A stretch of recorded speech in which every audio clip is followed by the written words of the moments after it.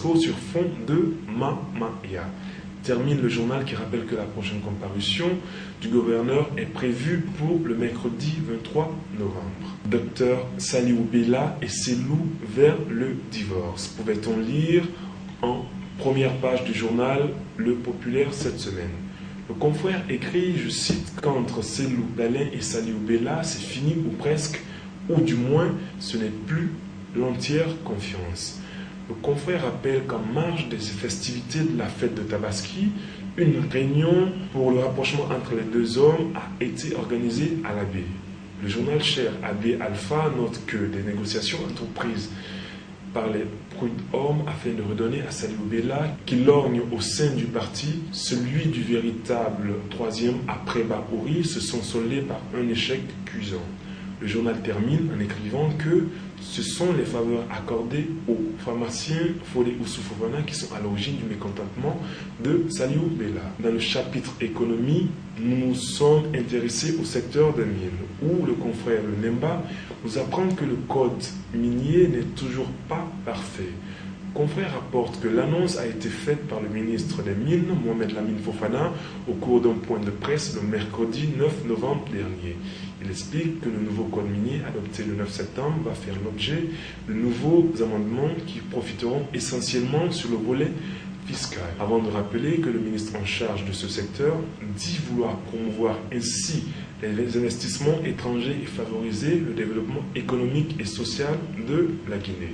Bonne nouvelle pour notre pays, les premiers barils de pétrole attendus en Guinée très prochainement. Dans sa parution du 17 novembre, le confrère L'Indépendant écrit que l'extraction du premier baril de pétrole dans la localité de Bofa sera effective au mois de mai prochain, avant de préciser que la société Elman Trading prévoit une production journalière de 6 000 barils pendant les 3 premiers mois, 18 000 barils après 9 mois de production et 150 000 barils jour après l'extension complète de la raffinerie dans 5 ans.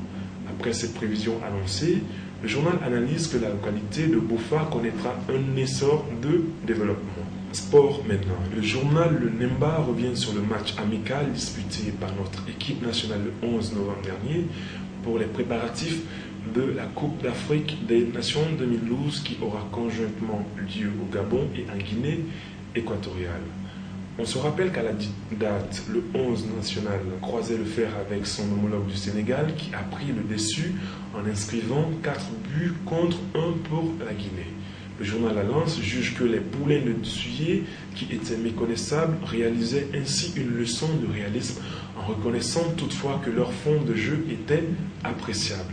Pour le Nemba, cette large défaite, malgré une prestation acceptable en seconde période, est loin de rassurer les supporters qui espéraient voir la sélection guinéenne se racheter après une douche froide prise lors du premier match amical avant de pointer le doigt accusateur sur le sélectionneur qui ne semble pas avoir totalement tiré les leçons de la précédente confrontation, écrit le confrère. Restons toujours dans le même registre.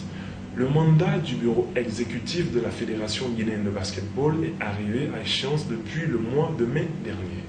Après plusieurs semaines de tergiversation, c'est finalement le 30 novembre prochain que le congrès électif aura lieu. Informe le Nemba qui rappelle que 2 candidats sont déjà en lice pour la présidence de l'instance dirigeante du basketball guinéen, en l'occurrence Mamadi Kaba, candidat malheureux à la dernière présidentielle en 2007, et Sakoba Keita, membre du bureau sortant pour succéder au président sortant Fodé Amara Condé qui n'est pas dans le starting block après 2 mandats à la tête de la fédération. C'est sur cette note sportive que nous mettons fin à cette édition.